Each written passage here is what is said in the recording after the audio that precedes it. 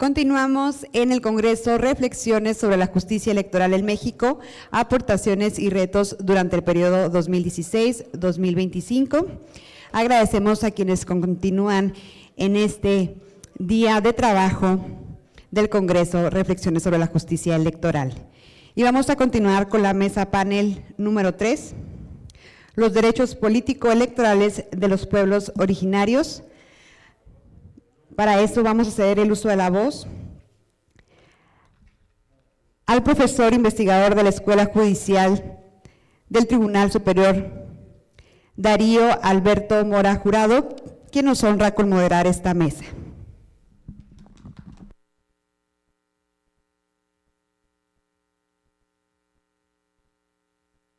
¿Qué tal? Bienvenidas y bienvenidos todos a este congreso sobre reflexiones sobre la justicia electoral en México. Creo que es un momento muy oportuno para organizar este congreso. Fue una brillante idea del doctor César Wong, porque como todos y todos ustedes saben, se estaba organizando en este momento, pues se está cabildeando, se está negociando, se está revisando una próxima reforma electoral constitucional y legal.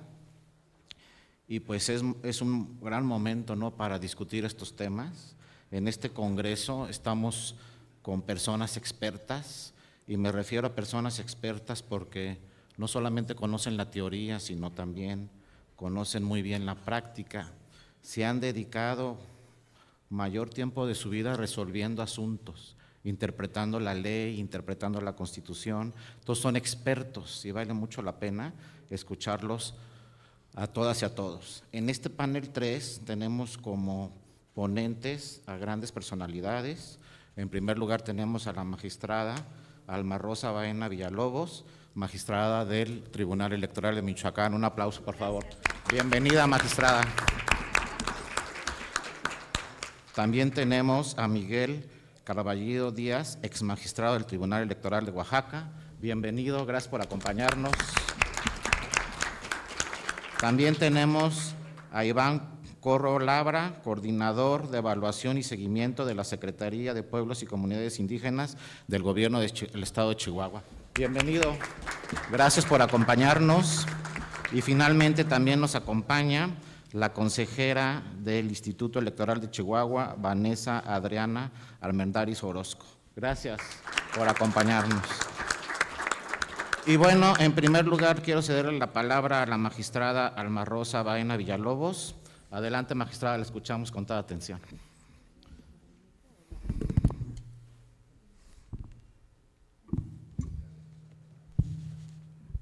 Hola, ¿qué tal? Muy buenas tardes a todas y a todos.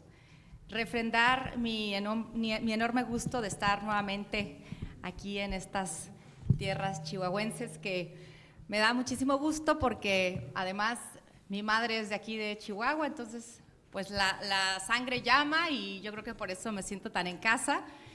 Y en función de eso, pues agradecerle a la Escuela Judicial Electoral del Tribunal Electoral del Poder Judicial de la Federación esta invitación, por supuesto a mi gran amigo el doctor César Lorenzo Wong Meraz, presidente de la Academia Nacional de Derecho Electoral, y también la anfitrionía, por supuesto, del Gobierno Municipal de Ciudad Juárez.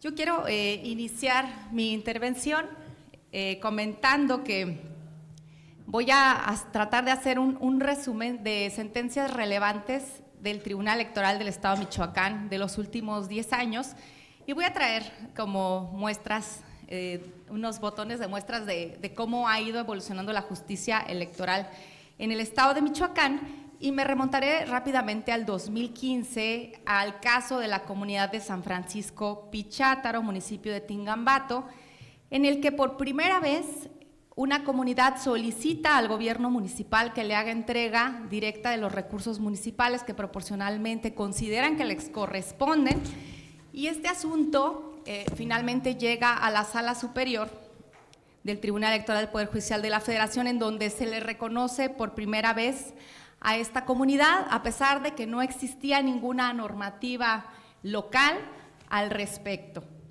Y posteriormente a este caso, entonces varias comunidades empezaron a hacer las demandas correspondientes, y encontramos a la fecha que ha ido evolucionando y ampliándose este espectro de garantizar este tipo de autonomía y de autogobierno, de manera que además de la vía jurisdiccional, algunos ni siquiera era necesario que se recurriera al Tribunal Electoral, sino que por propios convenios que celebraban las mismas comunidades con los gobiernos municipales, si ellos se ponían de acuerdo y establecían en este convenio cuáles eran la traslación de los servicios públicos municipales y a cuánto iba a ascender también la transferencia de los recursos públicos, pues vimos que también se empezaron a generar este tipo de autogobierno.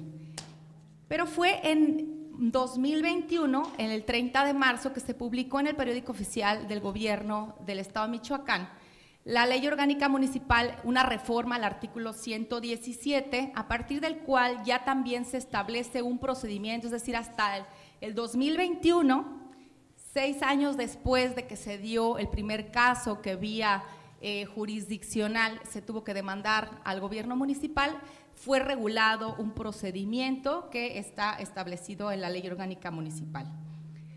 Derivado de ello, bueno, también es importante mencionar un asunto relevante que es el de 2017, en el que la comunidad de Santa Fe de la Laguna, del municipio de Quiroga, también solicita al gobierno municipal que le haga la entrega correspondiente de los recursos que proporcionalmente considera que le corresponden. Y pues este municipio, el gobierno municipal determina que como no hay legislación, pues tampoco no le puede entregar. Sin embargo, bueno, vuelven a demandar ante el Tribunal Electoral del Estado y el tribunal ordena la entrega correspondiente con este precedente de Pichátaro, pero también emite lineamientos para generar certeza de cómo se tendrá que hacer la entrega correspondiente y vincula a la Secretaría de Finanzas y a todas las instancias del gobierno municipal y estatal para que se genere esta sinergia de la entrega correspondiente, también la comprobación y generar las circunstancias para no dejar tampoco en el desamparo ni a las comunidades ni al gobierno municipal, porque ustedes saben pues que al final de cuentas en las auditorías pues hay que entregar las cuentas claras de qué se recibe y que creo que ese ha sido uno de los grandes problemas que enfrentan las comunidades y la misma reticencia que hay por parte de los gobiernos municipales, por una parte porque se ve mermada sin lugar a dudas pues el presupuesto que ya de por sí es muy ínfimo, lo que les llega a los gobiernos municipales, pero además porque al final de cuentas los gobiernos municipales son responsables de ese recurso que se les transfiere a ellos y por eso es que fue muy relevante esta sentencia en donde establece pues garantías para ambas partes en cuanto a la ejecución, la asesoría y la comprobación de estos recursos públicos. Y también vale la pena aquí referir que seguramente recordarán cómo se da un cambio de criterio respecto de la competencia que se tenía originalmente por los tribunales electorales locales para el ejercicio directo público por parte de las comunidades indígenas, porque recordarán, y aquí pues no me dejará mentir el magistrado de Oaxaca, que este asunto deriva del amparo directo 46 del 2018, que llega hasta la segunda sala de la Suprema Corte de Justicia de la Nación, y ante este tema de conflicto competencial, de que quién debía de resolver el tema del ejercicio de los recursos municipales por parte de las comunidades indígenas, pues la interpretación que se da es que era o el Tribunal Electoral o era la Sala Indígena Especializada. Al momento en que se resuelve y dicen, bueno, es la Sala Especializada en materia indígena y no el Tribunal Electoral, pues esto genera un impacto a nivel nacional del cual pues nunca se imaginaron en la Corte lo que se iba a generar, porque coincidió que únicamente Oaxaca tenía una sala especializada en justicia indígena, de manera que en todas las entidades federativas, si regularmente estaban ejerciendo jurisdicción los tribunales electorales, pues se quedaron sin acceso a la justicia en las demás entidades federativas. Y esto como consecuencia también trajo un cambio de criterio por parte de la Sala Superior, en donde dice en los JDC 131 y 145 del 2020, pues que siendo congruentes con esta determinación y con esta interpretación de la segunda sala de la Corte, pues estos temas dejan de ser competencia electoral. Entonces, lo que ocurre es que del 2019 y 2020, pues se generó esta ausencia de tribunales competentes para resolver este tipo de medios de impugnación. Entonces, lo que ocurre en Michoacán es que de 2019 hasta la reforma de 2023, pues no había ningún mecanismo para que nosotros pudiéramos entrar, y también presentaban sus medios de impugnación ante la Sala Regional Toluca, y la sala decía, bueno, pues nosotros tampoco somos competentes. Un asunto que después también se vuelve relevante es en 2021, el de la comunidad de San Matías el Grande, municipio de Hidalgo, Michoacán, una comunidad otomí.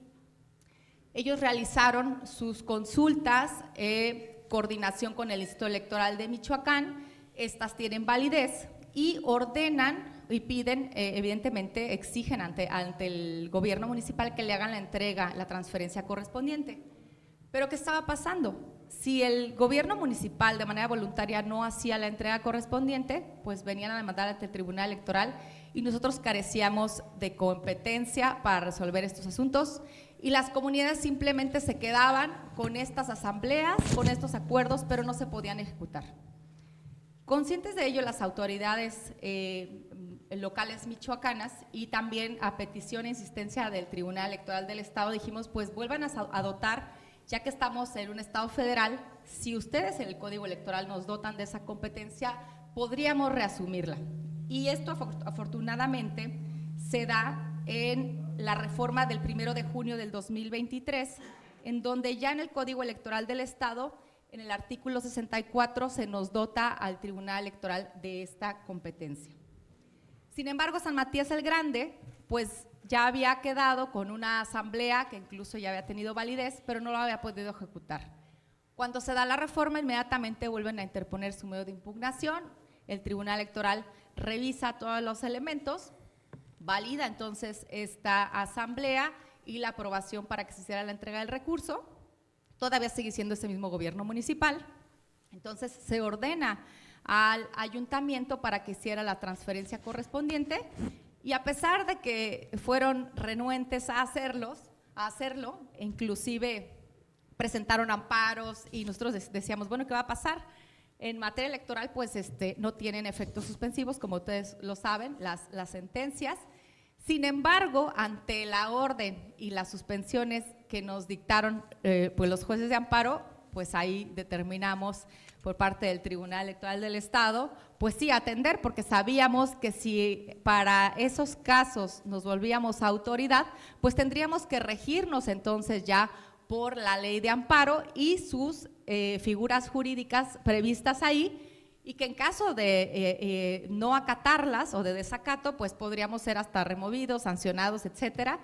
Y pues tuvimos que socializarlo eso con las comunidades y decirles, a pesar de que en materia electoral pues esto no procede, no obstante lo anterior, sí hay una suspensión por parte de los juzgadores de amparo, y tuvimos que esperar cerca de medio año hasta que finalmente resuelven los jueces de amparo y nos dicen, bueno, nosotros no somos competentes. Efectivamente, conforme al informe circunstanciado que rendimos nosotros, decíamos que ahí había una excepción, que se trataba de un asunto de materia electoral, ya que formalmente, pues al ser nosotros tribunal electoral, pues los actos que nosotros emitimos son materia electoral.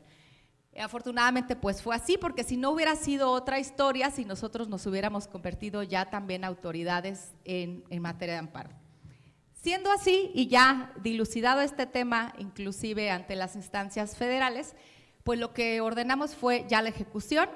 Afortunadamente, antes de que concluyera esa administración municipal, ya se estaba haciendo la transferencia correspondiente.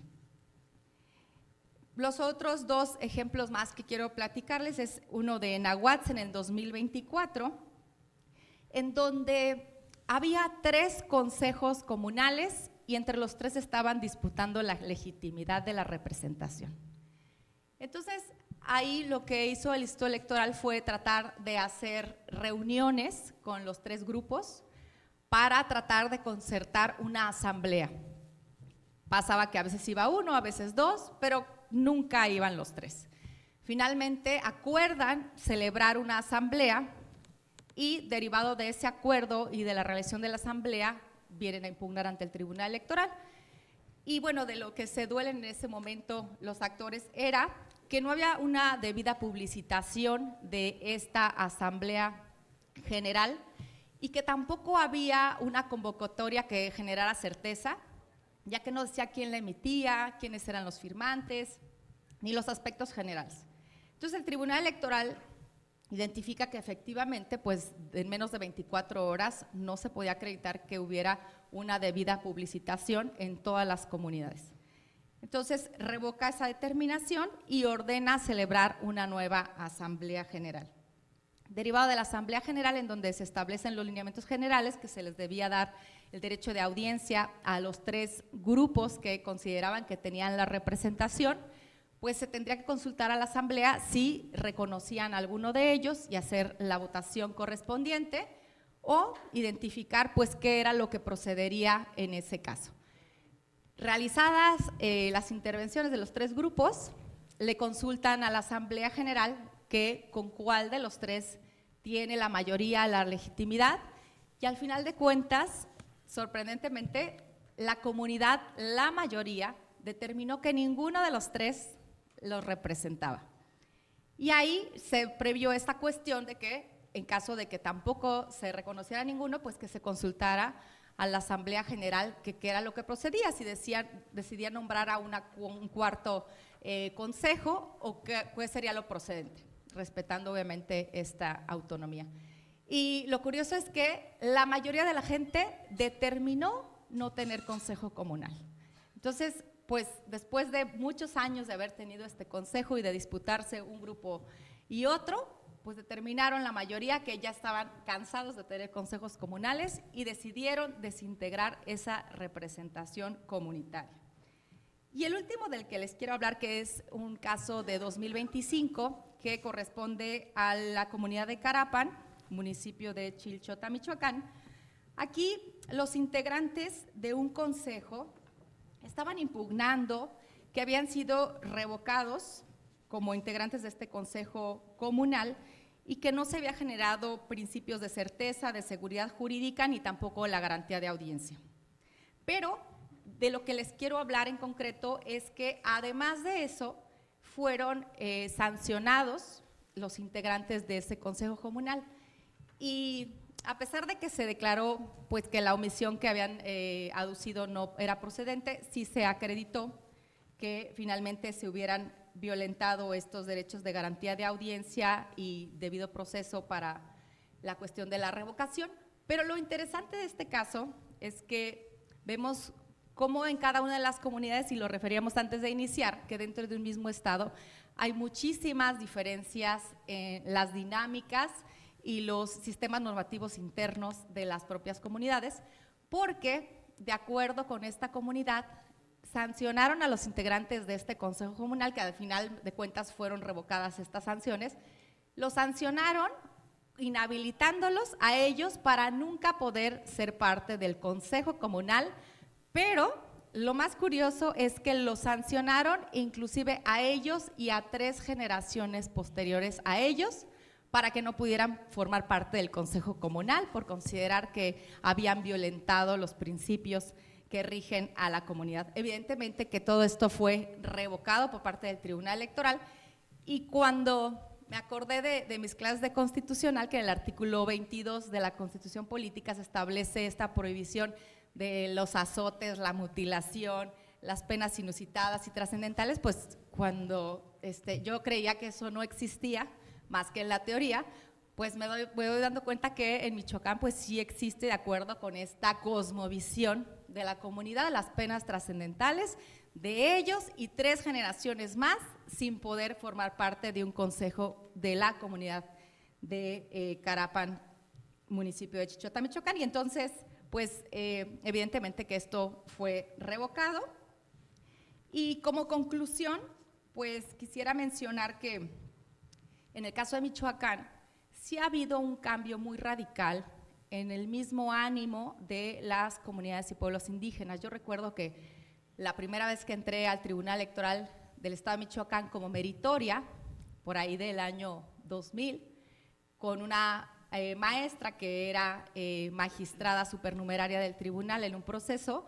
Pues cuando decían vienen los pueblos y comunidades indígenas al tribunal, era todos corran, sálganse porque pues nos van a dejar aquí privados de la libertad y no vamos a poder salirnos en cuantas horas y luego van a empezar a destruir y van a quemar y van a romper cristales y todo el mundo tenía que salir. De hecho ya era así como protocolo, como en caso de sismos, de que ya sabía la gente que tenía que salir corriendo, pero afortunadamente de la historia reciente, puedo decir que por el contrario, ahora llegan las comunidades, pueblos indígenas y en cualquier día de la semana, con aviso previo o sin aviso, y la verdad es que pues siempre han sido recibidos muy cordialmente, entendemos y escuchamos a todas las partes vinculadas en los procesos y cada vez que se entera una comunidad que ya fueron otros integrantes y que los recibimos, dicen, bueno, pues es que yo también quiero que me reciban. Y claro que sí, siempre se les ha recibido y traje algunas fotos de cómo últimamente pues es muy recurrente que tengamos varias audiencias a la semana, incluso varias al día, en donde tenemos estos encuentros muy frecuentes, pero además en muy buen ánimo y receptividad por parte del Pleno y de parte también de las mismas comunidades. Entonces, eso quiere decir, desde mi punto de vista, que sí ha habido una progresión y una empatía y un reconocimiento muy importante que eso ha transformado en un respeto a la institución y a las magistraturas, de manera que no ha sido necesario bajo ninguna circunstancia en los últimos años el que se arriben a las escenas que en muchas ocasiones se vivían en Michoacán y que en otras ocasiones también vemos en las noticias a nivel nacional en varias entidades de la República y pues puedo decir que en este caso en el Tribunal de Michoacán pues no tenemos ya más este tipo de sucesos e encuentros inesperados, desafortunados. Y al final de cuentas, la última reflexión a la que quiero llegar es que es muy importante que en los tribunales electorales y que en todo el país pues sí se garantice la justicia de los pueblos y comunidades indígenas con la perspectiva intercultural. En el caso de Michoacán, pues somos la única instancia, pero conforme a los derechos fundamentales, todas las personas también tienen derecho a una segunda instancia. Entonces estamos gestionando al interior de nuestro estado para que ya sea se busque otro mecanismo, pero yo en lo personal me he inclinado y me he pronunciado a que el mismo Tribunal Electoral, así como ocurre en la Sala de Justicia Anticorrupción y Administrativa, que de manera unitaria las magistraturas podamos resolver la primera instancia y la segunda instancia pueda ser de manera colegiada, y así no implica crear más burocracia jurisdiccional y esperando pues que exista esta receptividad o cualquier otra forma que pudiera generarse también desde el ámbito legislativo o ejecutivo de nuestro estado, pero al final de cuentas preponderando y garantizando y maximizando los derechos de los pueblos y comunidades indígenas. Muchísimas gracias por su atención. Muchas gracias a la magistrada Alma Baena por sus interesantes reflexiones, sus interesantes experiencias en el estado de Michoacán. Como ella lo señaló muy bien, ha trabajado muchísimo el Tribunal Electoral de Michoacán, pero también todas las instituciones electorales para garantizar la justicia de los pueblos y comunidades indígenas. México, sin duda, es uno de los países más avanzados en esta protección en el mundo. Muchas gracias, magistrada. Y bueno, a continuación vamos a escuchar a Miguel Ángel Carballido Díaz, es magistrado del Tribunal Electoral de Oaxaca. Adelante, magistrado, lo escuchamos. Muchas gracias. Buenas tardes a todas y todos. Primero, agradecer, por supuesto, a los organizadores de este importante congreso, por supuesto, a nuestra asociación, a la Academia Nacional de Derecho Electoral, al Tribunal Electoral del Poder Judicial de la Federación a través de su escuela judicial, a las autoridades administrativas y electorales de este hermosísimo estado de Chihuahua. Y agradecer, por supuesto, a todos ustedes la atención que se está poniendo a este importante evento en el marco, todos lo sabemos, de un momento muy importante en la historia del derecho electoral en nuestro país y donde, desde mi punto de vista, estamos apostando hacia un futuro todavía incierto, qué es lo que va a pasar con las instituciones, tanto administradoras de las elecciones como las autoridades jurisdiccionales locales. Creo que es un motivo de reflexión muy importante que merece, por supuesto, escenarios como este tan relevantes, pero también en las entidades federativas y por supuesto también con un relieve interesante en las instituciones académicas y educativas de nuestro país. ¿Qué va a pasar con nuestra democracia, con nuestros procesos electorales? Respondiendo un poco al tema al que fuimos convocados, reflexionar sobre el derecho electoral, la justicia electoral de prácticamente una década, la última década, y cómo esta evolución de nuestras instituciones electorales pues impacta en la vida diaria, en la vida cotidiana de pueblos y comunidades, en el caso de mi tema, y por supuesto de la ciudadanía en general, tratándose de las instituciones que se rigen a través de lo que se llama comúnmente sistema de partidos políticos. Oaxaca, como se ha dicho durante toda la mañana y hoy se ha vuelto a mencionar, pues es un caso especial. Lo es porque fue la primera entidad de la República que hizo un reconocimiento en su constitución local y en sus leyes electorales de los sistemas normativos internos, los sistemas normativos indígenas, tratándose de la materia electoral. Pero también en su propia constitución hay un reconocimiento ya desde 1983 y luego en 1991 de no solamente el aspecto puramente electoral, sino de otras instituciones que rigen la vida de los pueblos y comunidades indígenas de Oaxaca. Fundamentalmente lo que hoy conocemos académicamente como pluralismo jurídico, la posibilidad de que las comunidades puedan resolver sus conflictos internos a través de la aplicación de su propio marco normativo.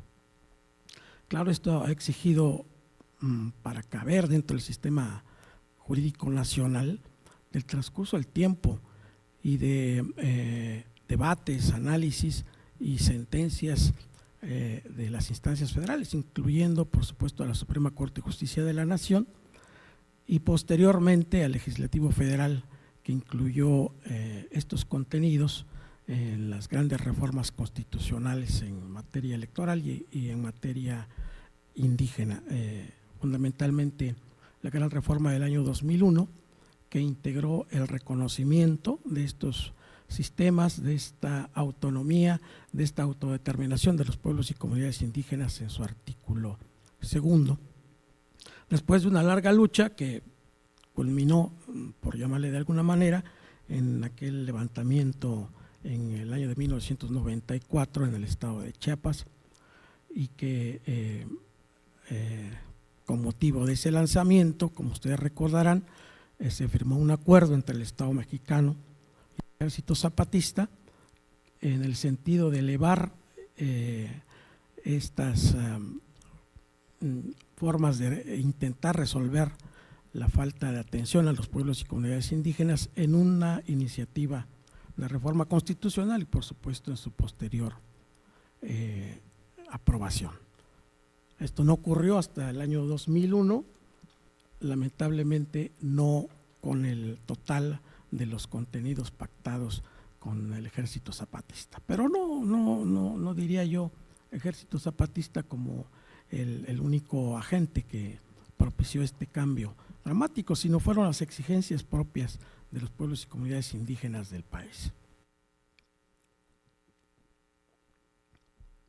Decía yo que desde los años 80 y luego 90 en Oaxaca dimos ese paso anterior a la reforma del 2001 que colocó este marco jurídico estatal pues traslapado con las consideraciones de carácter federal, pero aún así se realizaron. Hoy está aquí con nosotros en la mesa Iván Corro Labra. Él fue funcionario del gobierno del estado de Oaxaca en esos años en que se hizo esta gran transformación de la vida constitucional de nuestro estado. En aquel entonces el gobernador era Deodoro Carrasco Altamirano. Y no soy indiscreto en decir que no fue necesariamente por una iniciativa de él, sino hubo todo un concierto de opiniones de académicos muy relevantes a nivel nacional que formaban un circuito de asesores de Oaxaca desde años atrás, como Salomón Nahmat, seguramente lo han escuchado. Gente que se formó en la escuela de la teoría de los derechos humanos, fundamentalmente en la Convención Interamericana de Derechos Humanos, y que lleva a Oaxaca, no por primera vez, pero sí de manera más importante, aquellas ideas plasmadas en el convenio 169 de la OIT. Lo importante es que el Congreso de Oaxaca, a iniciativa del gobernador, se atreve a dar este paso, repito, sin un marco constitucional de carácter federal. Sin embargo, entró, siempre he dicho, por la puerta de atrás este sistema, la puerta de atrás de nuestro sistema jurídico, y los resultados yo creo que sorprendieron a todos, incluso al propio gobierno. ¿Cuáles fueron nuestros primeros resultados? Primero, que los gastos para organizar las elecciones de carácter municipal en Oaxaca, de una gran cantidad de millones de pesos, se redujeron a cero. Esto es, los pueblos y comunidades indígenas, al organizar sus elecciones, pues no tenían la necesidad de utilizar recursos para la organización de sus elecciones. Simplemente el no colocar casillas, al no utilizar la papelería, todo lo que implica la organización de una elección por partidos políticos, pues se lo ahorró el gobierno y eso ya era una gran noticia. La segunda noticia es que los conflictos postelectorales se redujeron enormemente. Hay que decir que históricamente, prácticamente desde siempre, desde que tenemos noticia de nuestros sistemas electorales en el estado de Oaxaca, los municipios indígenas de la entidad elegían a sus autoridades de esa manera. Esto es a través de sus propios sistemas normativos. Pero el gobierno, sino con la participación, vamos a decir, de los partidos políticos, lo que hacían era ir a esos pueblos y comunidades, tomar las actas de las asambleas y rellenar los requisitos burocráticos, el registro de las planillas ante el órgano electoral como si fueran sus candidatos, cuando que en la realidad pues ya eran autoridades desde el momento en que eran electos. Era pues una falsificación de la realidad, no quiero utilizar la palabra fraude, pero pues era un exceso.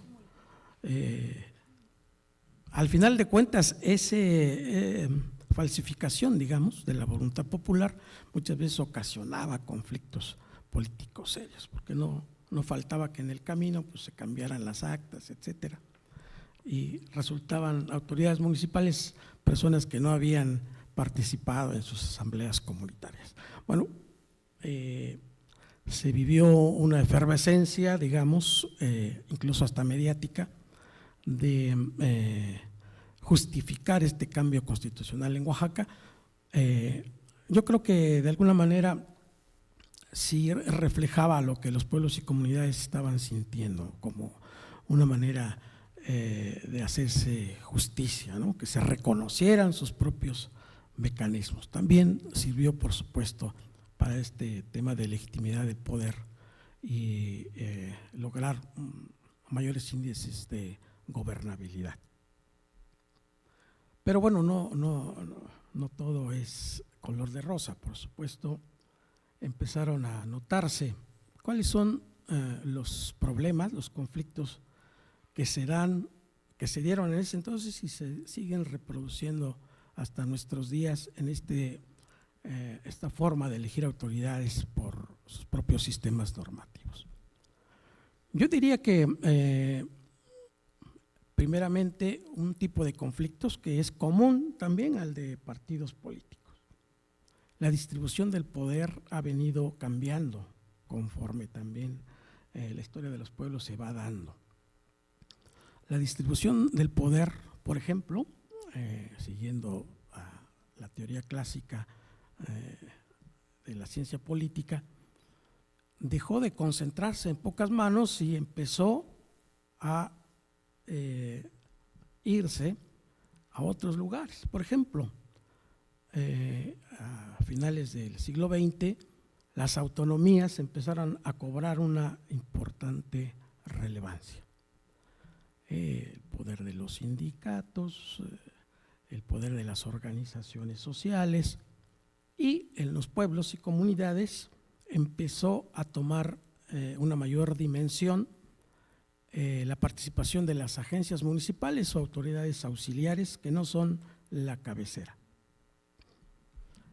A mayor participación de las agencias municipales en su deseo también de poder ser titulares del poder de gobernar a sus municipios, pues ocasionó una confrontación directa con las cabeceras municipales y con otras agencias auxiliares, motivo de conflicto que hasta la fecha continúa.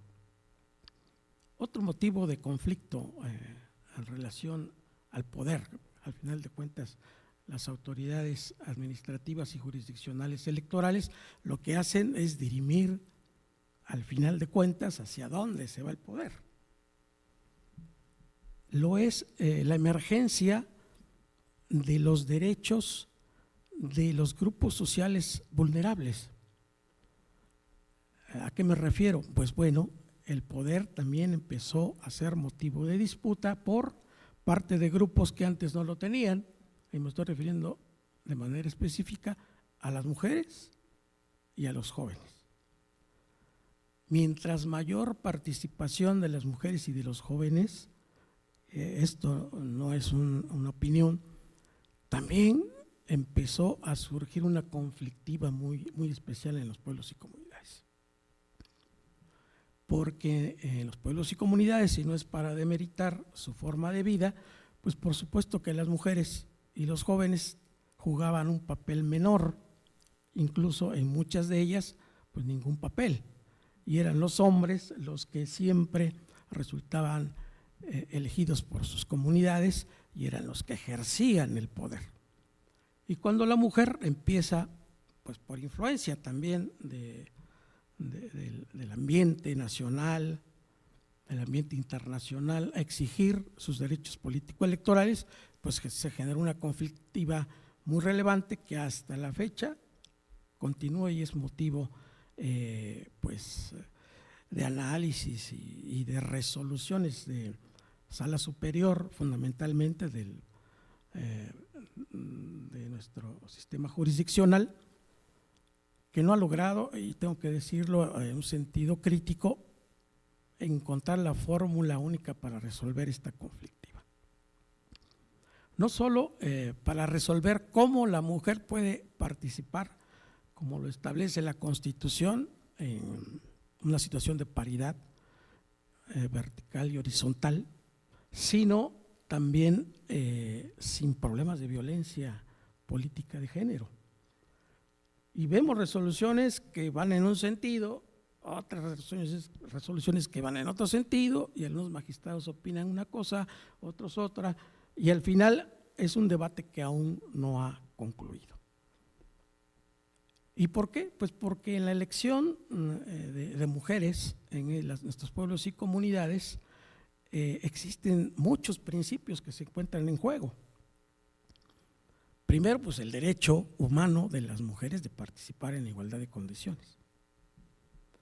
Pero también el principio de autonomía y autodeterminación de los pueblos y comunidades, que dice, en un momento, el artículo 2 de la Constitución dice que yo voy a decidir cómo se hacen las cosas.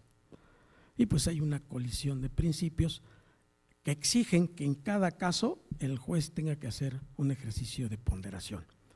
En algunos casos han dicho, pues la mujer tiene el derecho de ser elegida, primero de participar y después de ser elegida. En otros casos han dicho, bueno, hay que pensarlo en consideración a las formas de vida que hay en cada pueblo y en cada comunidad, pero también en otros casos en atención al interés de la mujer en participar o no en las asambleas electivas. Bueno, ha habido casos ya no tan recientes, pero donde, por ejemplo, la Sala Superior anula una elección porque no participaron o no fueron elegidas mujeres, aun cuando fueron convocadas, estuvieron en la asamblea, ejercieron su voto, pero ninguna quiso postularse.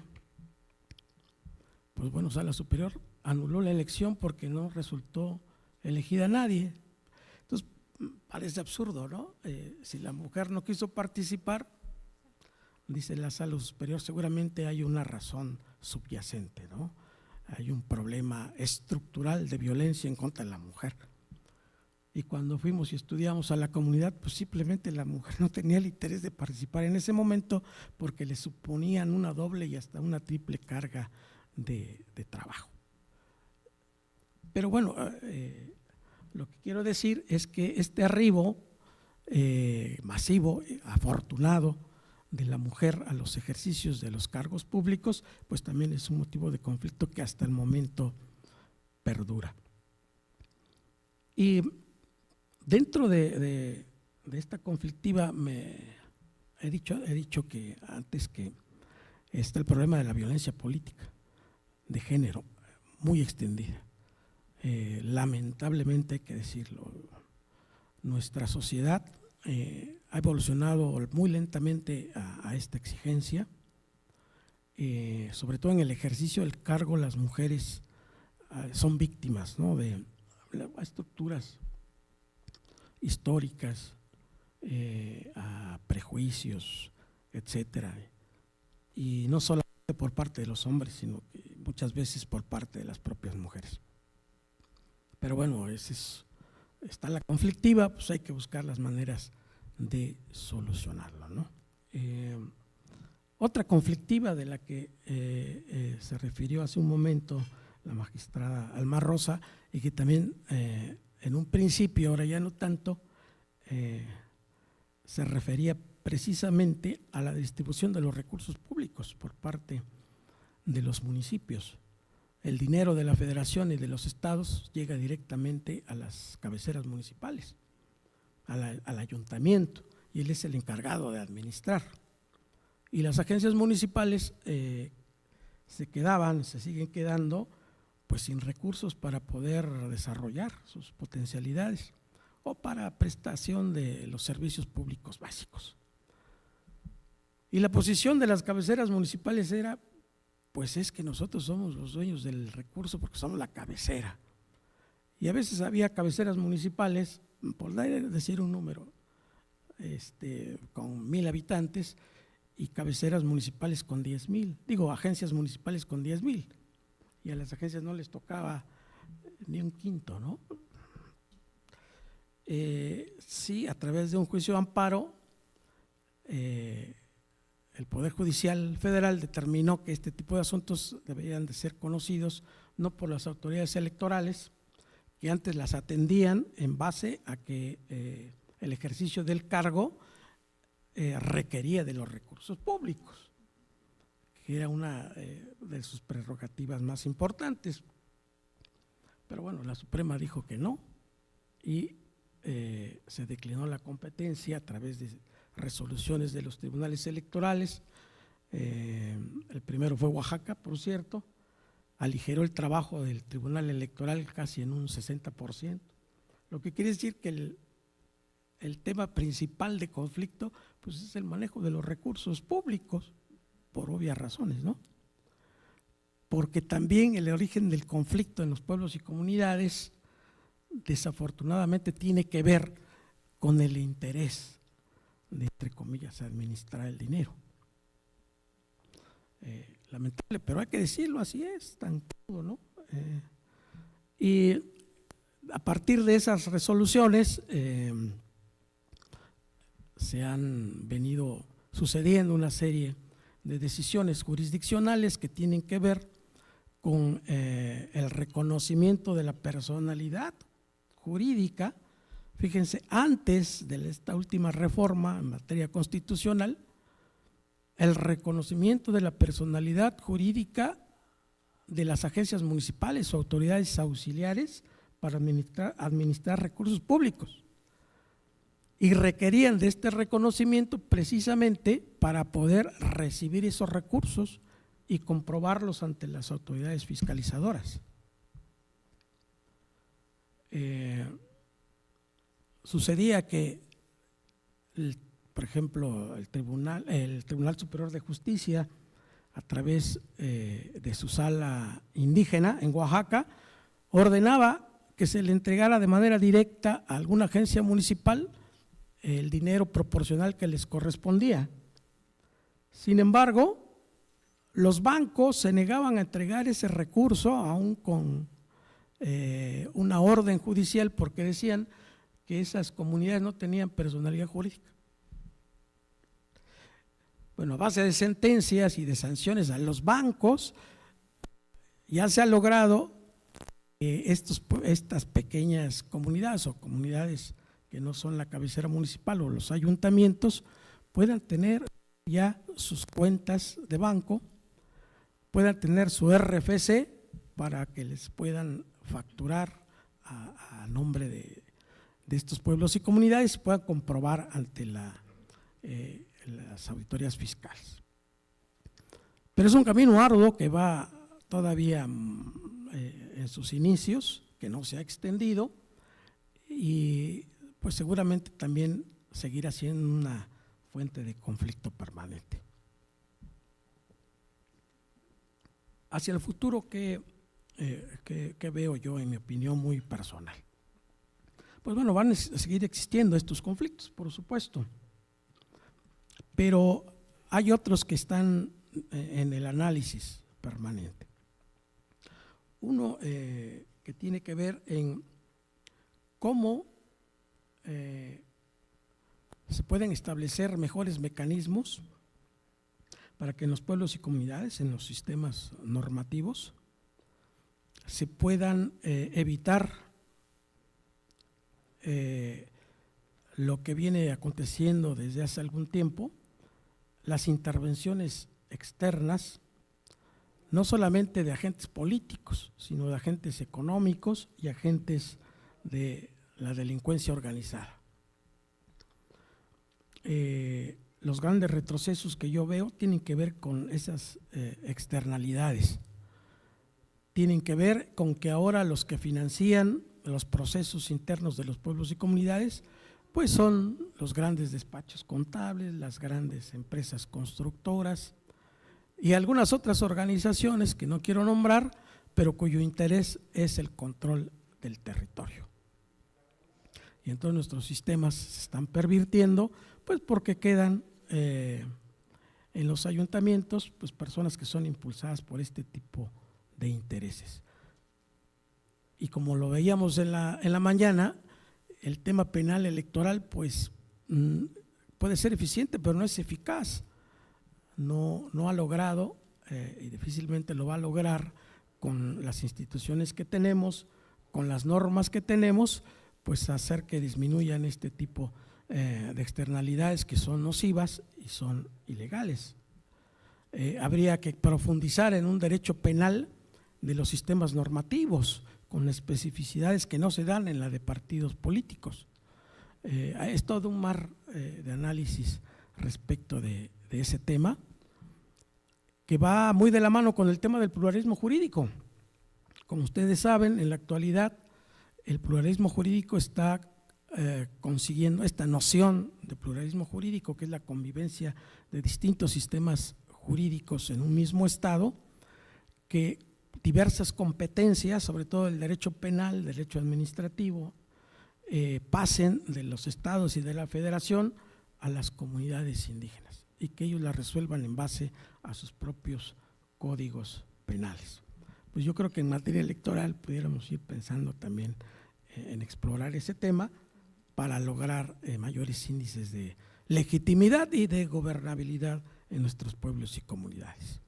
Y finalmente veo algo que todavía está en el mundo de la academia, que resulta hasta incómodo a veces comentarlo, pero es el tema de la calificación de la validez de las elecciones en los sistemas normativos.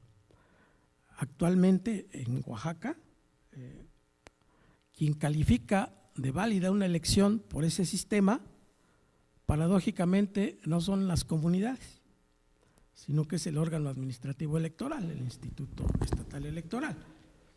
Prima facie es quien decide si una asamblea o no fue realizada conforme a los sistemas normativos y si es válida.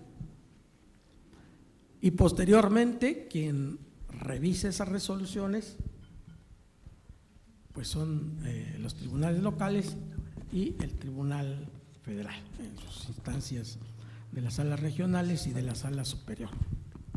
Pues muchos están planteando ya, y creo que es motivo de análisis, que los tribunales dejen de tener competencia para revisar esos asuntos y se creen otros cuerpos en los cuales los que analicen la validez o no de una elección por este sistema, pues sean autoridades que provengan de las propias comunidades, argumentando que por supuesto se tiene que juzgar con una perspectiva distinta, no solo la intercultural, sino una en la que participen otros criterios, y entre ellos los que te da conocer personal, directa, familiarmente la cosmovisión de estos pueblos. Pero bueno, son temas que se verán, se irán bien en el futuro. Muchas gracias, muy amables. Muchas gracias al magistrado Carballido por sus reflexiones tan interesantes, sus valiosos comentarios. Tocó un tema muy interesante que es el pluralismo jurídico en las comunidades y pueblos indígenas, donde lo primero que se debe de hacer es que pues ellos mismos solucionen sus conflictos, sus controversias, antes de acudir a otra instancia. Gracias, magistrado, por su amplio conocimiento. Y bueno, a continuación le cedemos la palabra a Iván Corro Labra, coordinador de evaluación y seguimiento de la Secretaría de Pueblos y Comunidades Indígenas del Gobierno del Estado de Chihuahua. Adelante, maestro, lo escuchamos. Muy buenas tardes.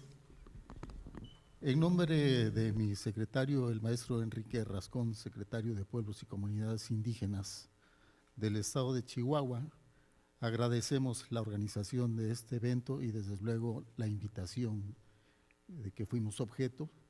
De manera particular me pidió le extendiera al doctor Chong su agradecimiento por esta invitación y que podamos expresar el sentir y lo que vivimos cotidianamente en la Secretaría de Pueblos y Comunidades Indígenas del Estado de Chihuahua. Hablar de derechos políticos electorales indígenas en el año de la mujer indígena es más que simbólico.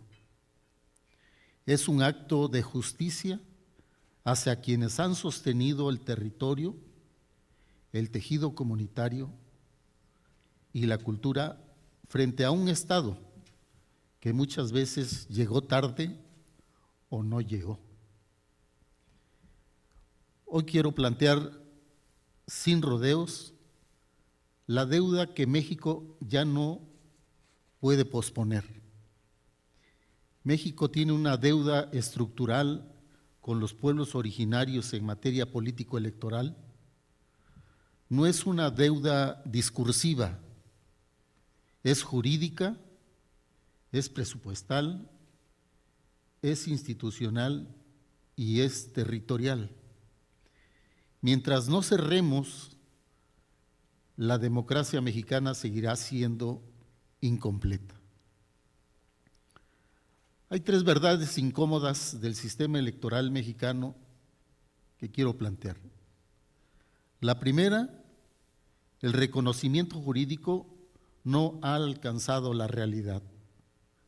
Tenemos Constitución, Convenio 169, la jurisprudencia del Tribunal Electoral del Poder Judicial de la Federación, pero la implementación depende de voluntades locales, recursos limitados y estructuras que no comprenden la vida comunitaria.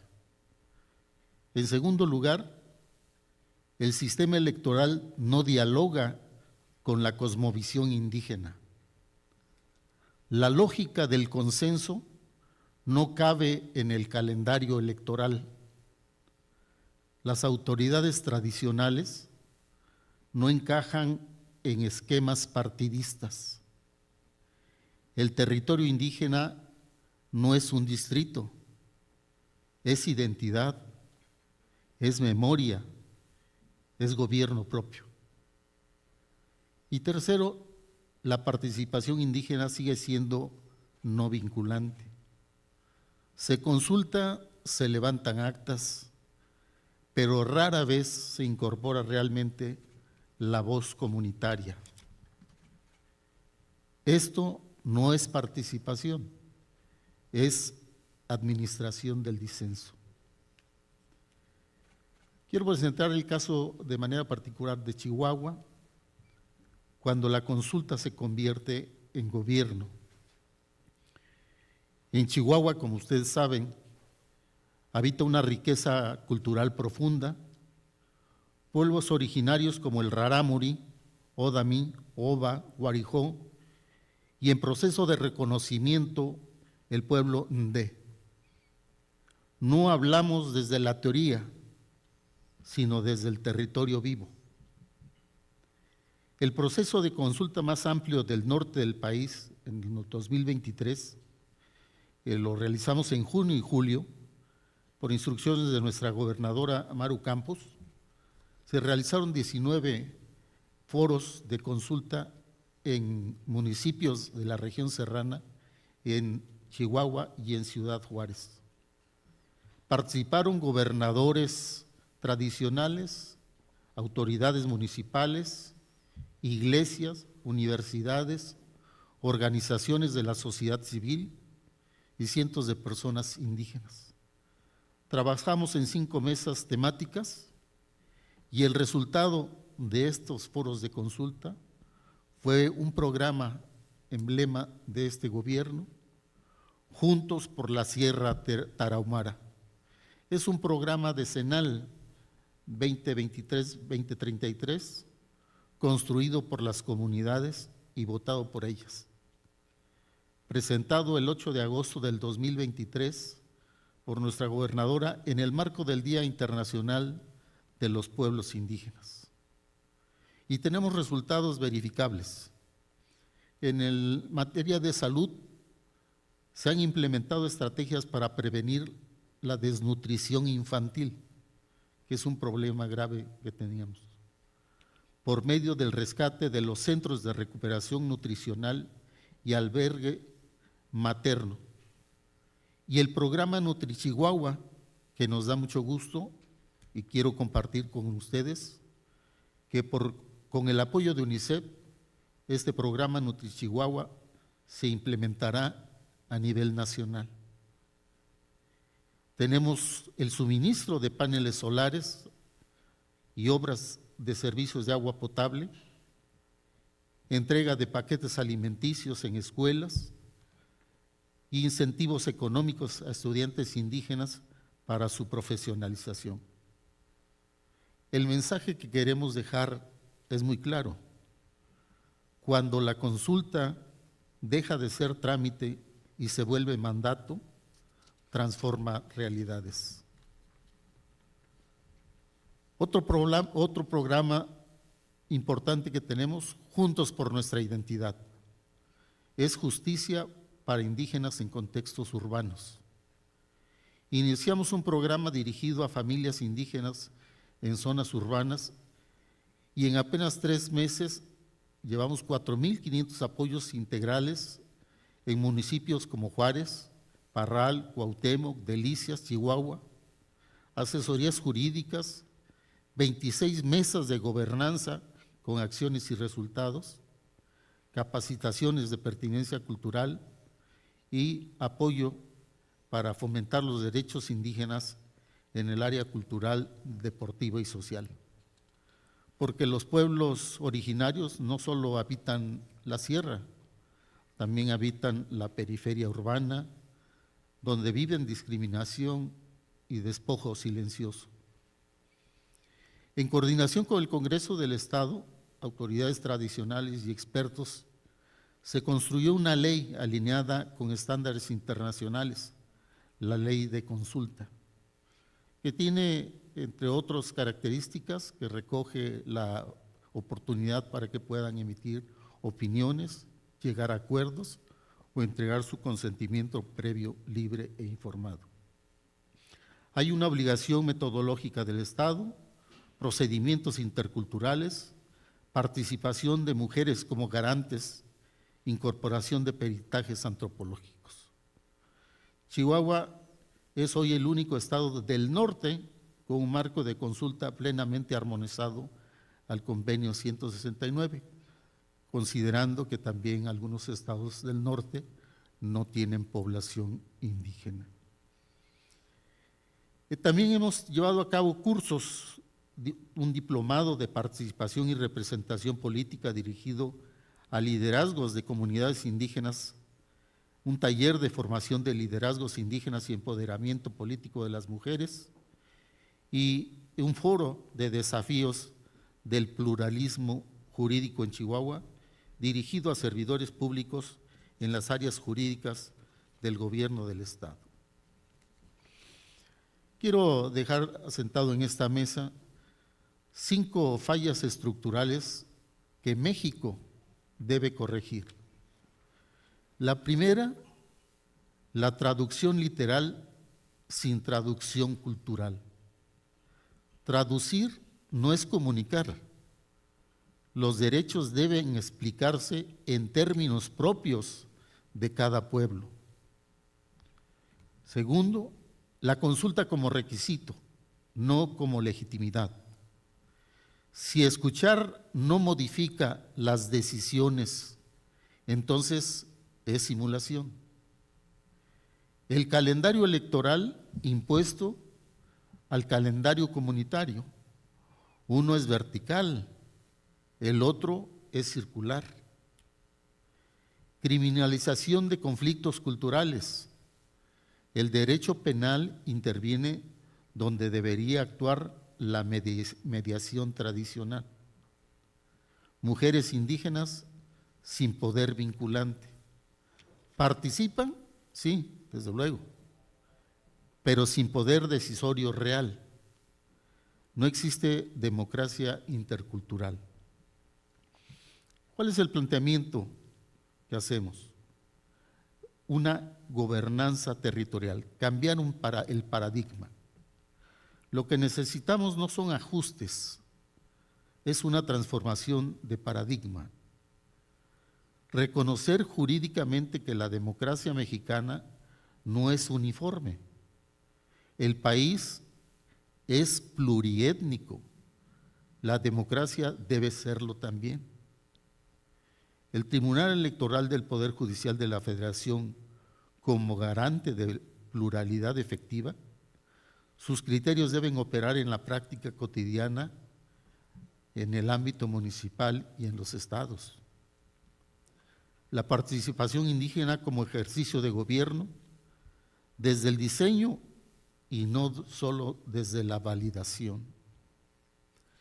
crear un acuerdo de gobernanza territorial, un instrumento vinculante entre estados y pueblos que establezca límites territoriales, autoridades tradicionales reconocidas, normas de elección propias, mecanismos interculturales de solución de controversias, obligaciones estatales verificables. Chihuahua está listo para la firma del primero para el próximo 2026. Y desde luego peritajes culturales obligatorios, ni un solo expediente sin antropología. La Agenda 2630 advertimos 5 decisiones que pueden cambiar al país. Convertir la consulta indígena en un proceso vinculante con memoria obligatoria. Reconocer representación indígena efectiva, reservas, cuotas, gobiernos normativos. Crear el Sistema Nacional de Intérpretes y Peritos Culturales. Combatir la violencia política contra comunidades y liderazgos indígenas. Financiar la autonomía sin presupuesto, pues desde luego que la autonomía es una ilusión. Debemos tener una visión de futuro. Sin justicia territorial no habrá paz. Cuando las instituciones se escuchan, los territorios se estabilizan. Cuando no escuchan, se fracturan. Si México quiere paz duradera, debe entender que la justicia electoral indígena es justicia territorial, es gobernabilidad, es seguridad nacional. Los pueblos originarios son custodios del agua, del territorio, de la lengua y de la memoria.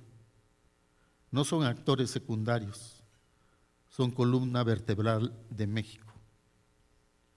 Por todo ello, agradezco este espacio, porque cada vez que México discute derechos políticos electorales indígenas, avanza un paso hacia la justicia histórica. El compromiso del gobierno del Estado, de la gobernadora como del secretario de Pueblos y Comunidades Indígenas es claro y lo decimos de frente. Trabajar para que las comunidades no sean consultadas solo para cumplir un requisito, sino para pedir y decidir su propio futuro. Muchas gracias.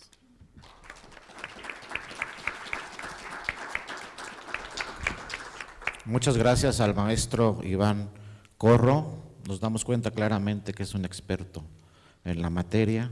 Manda un mensaje muy importante a todas las instituciones en México. Señala claramente que estamos en deuda todavía con los pueblos originarios en temas jurídicos, presupuestales, territoriales y otros temas más. Todavía nos falta mucho, como lo dice el maestro, avanzar a favor de los derechos de los pueblos originarios. Concluye de una forma muy clara: no todo debe quedar en una consulta, debe ser un mandato hacia toda la ciudadanía, hacia todas las mexicanas y mexicanos.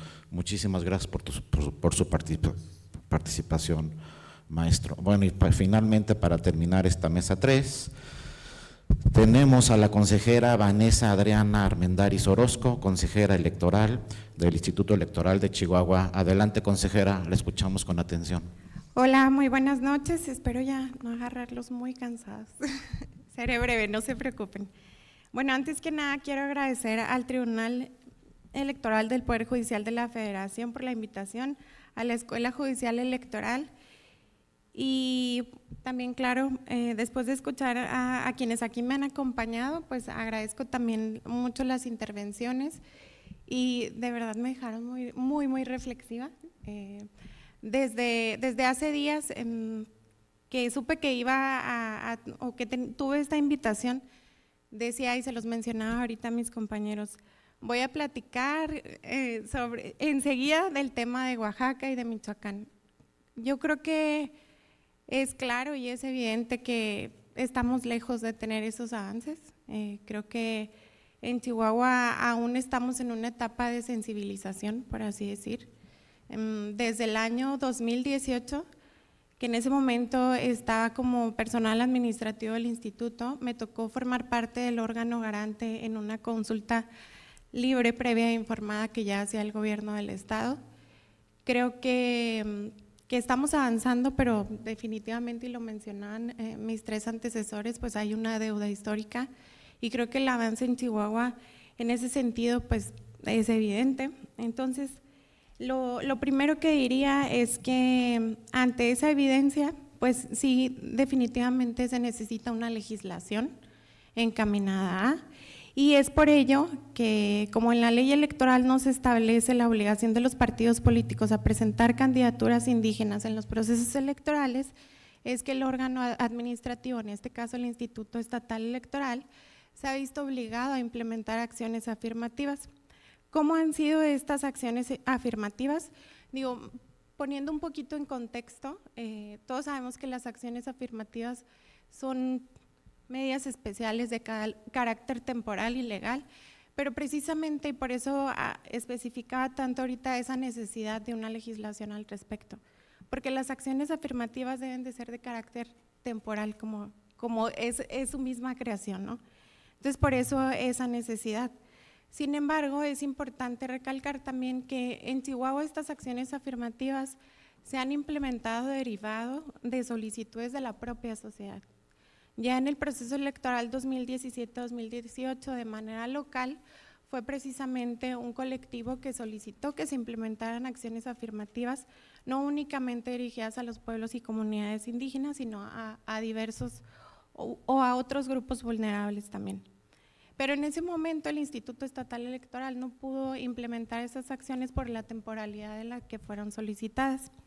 Es hasta el proceso electoral 2020-2021 que, derivado también de un juicio para la protección de los derechos político-electorales, resuelto por el Tribunal Estatal Electoral de Chihuahua, en esta sentencia promovida por integrantes del pueblo Rarámuri, el tribunal local vinculó al Instituto Estatal Electoral y al Congreso del Estado para que realizaran estas acciones afirmativas.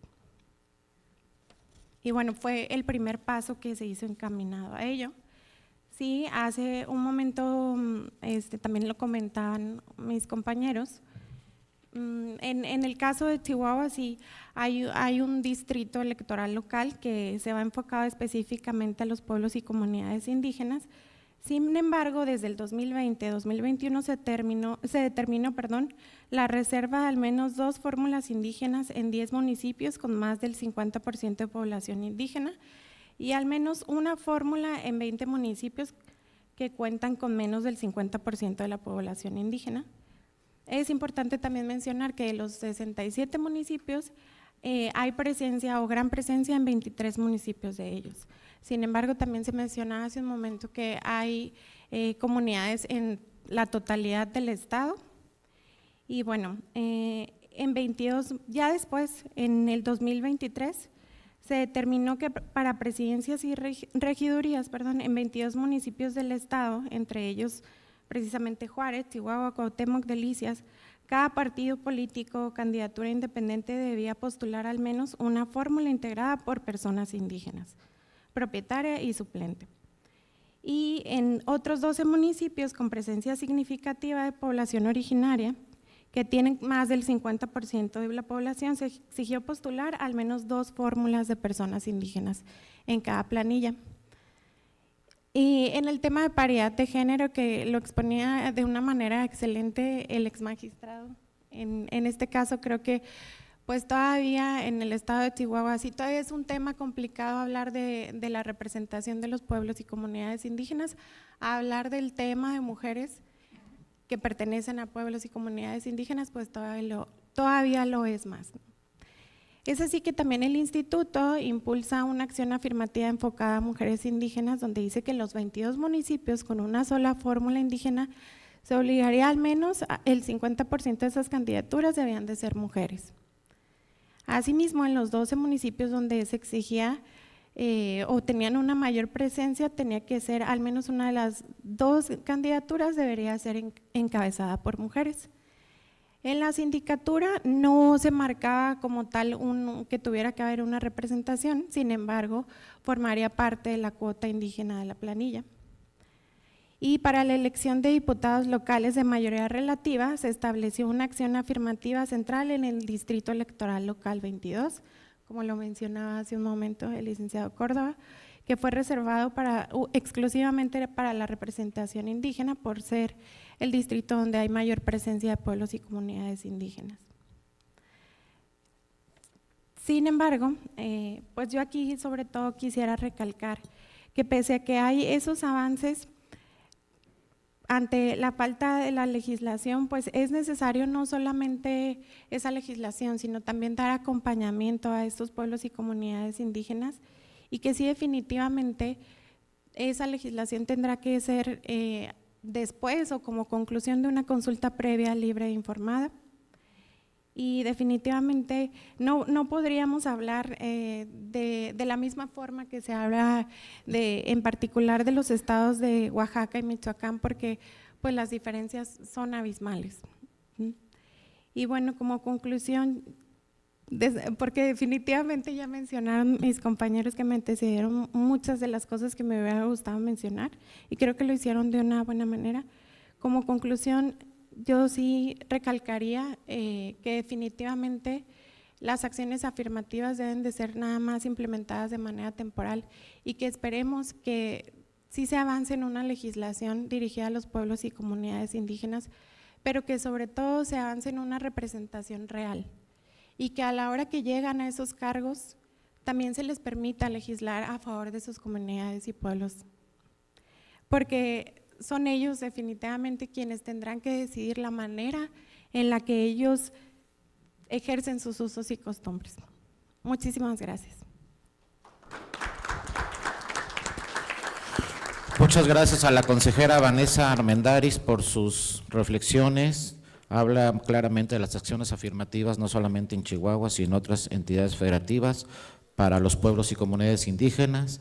Nos señala que hay que seguir avanzando con estas acciones afirmativas para que no solamente queden en el papel, sino se cumplan con efectividad. Muchísimas gracias, consejera Vanessa. Y bueno, el tiempo se nos fue rapidísimo, entonces cualquier pregunta está a sus órdenes el correo electrónico y no queda más que entregar los reconocimientos a tan destacadas ponentes y destacados ponentes el día de hoy. Gracias por su presencia y gracias por su participación.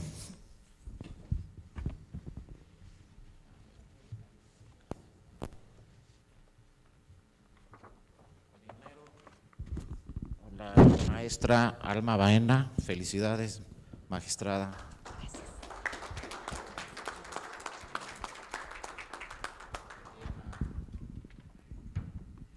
A Miguel Ángel Cabadillo, magistrado, felicidades, muchas gracias.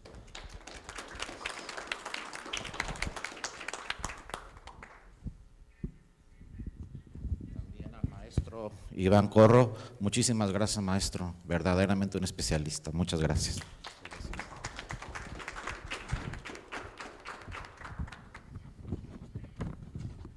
Y finalmente a nuestra amiga, la consejera Vanessa Armendáriz, muchísimas gracias, consejera, por acompañarnos. Y gracias a todas y todos ustedes por acompañarnos en esta mesa 3. Solamente queda pendiente la foto de esta mesa 3. Muchas gracias.